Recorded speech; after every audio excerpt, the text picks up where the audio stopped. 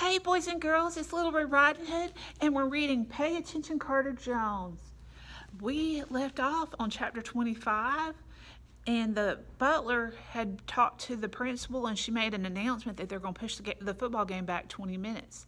And that's super cool, so Team India can maybe catch up, because Team Britannica is ahead by 46 points. We got to catch Team India up.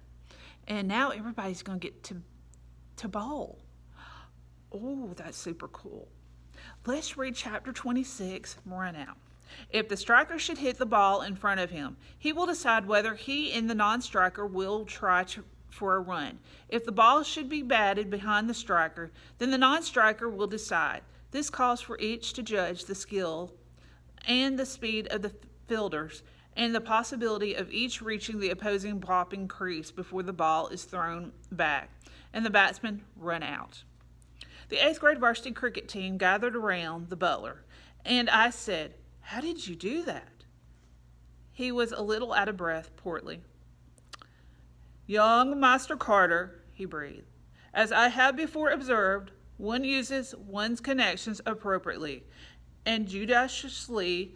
Now Team Britannica has the opportunity to complete its overs. Assuming that the good Vice Principal Del Blanco can be persuaded to hold himself from instructing his players to storm the field of Longfellow Middle School. So can Team India marshal a creditable attempt at making 47 runs to win." "Nope," said Sign. The butler looked at Krebs. Krebs looked back. "My father is the new AD, he said. The butler nodded. "As has just been announced." "How did you know that?" "The game is afoot, Master Krebs. Are you prepared to captain?" "I can't believe you did that," said Krebs. "Call your side," said the butler. Krebs grinned and nodded. "Chall and Headington, your openers," he said. Then, for the first time, I'd seen him while he was holding a cricket bat. Krebs looked like he was somewhere else, and wherever that somewhere else was, it was a pretty happy place. But everyone in the stands looked like they were right there. The 2 old guys in white sweaters were pretty excited.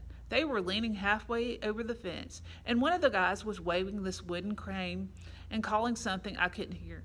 And Emily and Charlie and Annie were pretty excited. They were screaming their heads off, and maybe even my mother was pretty excited. She was standing and clapping with the blanket still around her shoulders. The little kid was asleep in his father's arms, but the butler was excited too. He looked like Christmas morning. "August," I said. "A noble name descending in my family from my grandfather's grandfather. It's kind of a stupid name. I mean, it's sort of being named September. Of course, it is nothing like being named September. It is, however, something like being named after a noble Roman emperor. Weren't they all assassinated?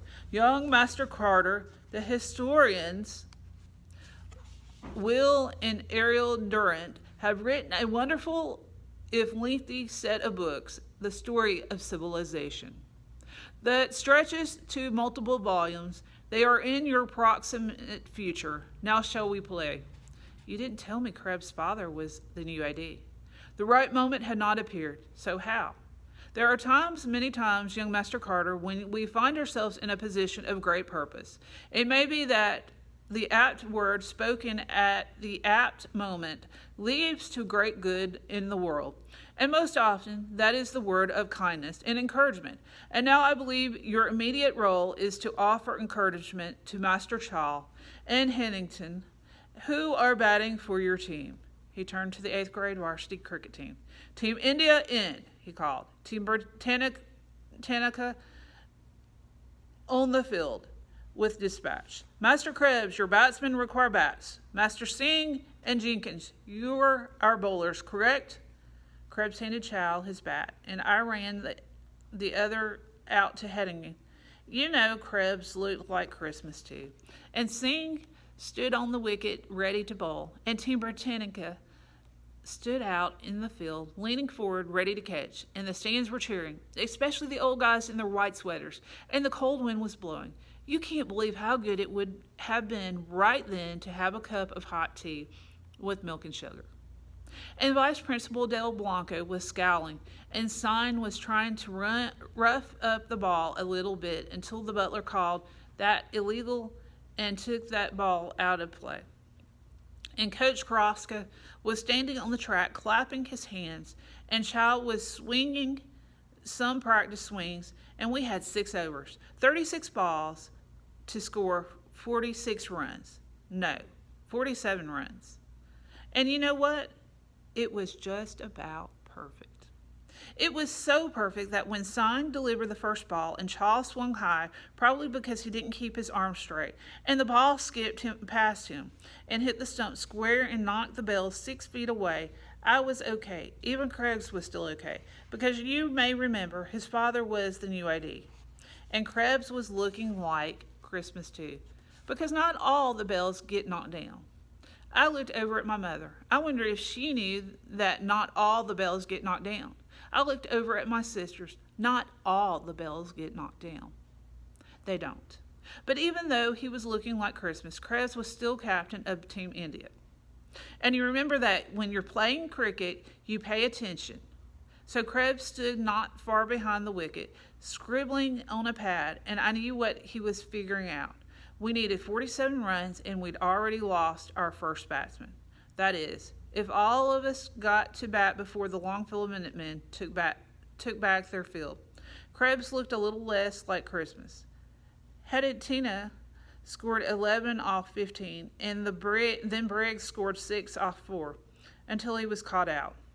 He batted for 18 minutes because Jenkins didn't hurry with his bowling. Minutemen sprinting up and down the sidelines, sort of growling. Yang came in next, and he struck balls like he'd been born to it. He scored 12 easily off 6 bells, and might have scored a lot more, except he thought a spin was coming inside, but it was going outside, and he slapped it off the end of his bat and was caught out. He batted for 14 minutes. Vice Principal Del Blanco stalking up and down the sidelines, sort of growling. Krebs scribbling on his pad, looking less and less like Christmas. The Longfellow Minutemen and the Seton Badgers throwing passes along the sideline. We had 29 runs. The Minutemen and the Badgers gathered in packs in the end zones. 11 balls to score, another 18 runs. And then Krebs handed the bat to me. "You're the next batsman," he said. I looked at him. "I'm a 6th grader," I said. "Obviously," he said. I looked at the stands. I looked at the team, India, huddling together against the wind, and the score. "Shouldn't it be? Pay attention, Carter," said Krebs. "You started this, so pay attention." The sound of the high birds screeching. But you know what? Maybe they weren't screeching. Not anymore. Maybe they were calling to each other. Maybe each one was trying to tell another one where he was. They were calling. Dang, they were calling. And I turned to defend my wicket to the death. Sorry, if you sneeze, remember to sneeze in your elbow.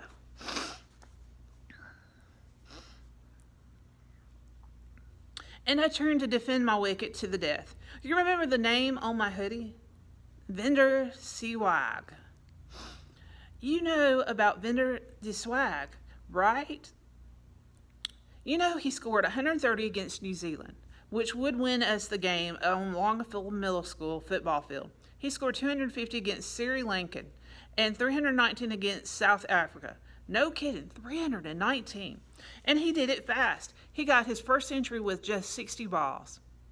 That's the guy whose name was on my hoodie, and just in case you forgot. Virender Sewag. The crowd in the stands was on their feet. The 2 old guys in white sweaters were probably ready to have a stroke.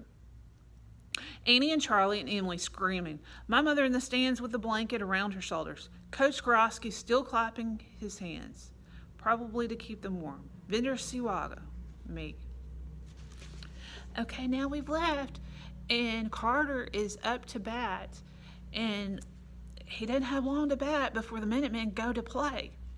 So, is Team India going to beat Team Britannica? What do you think? Put it in the comments below.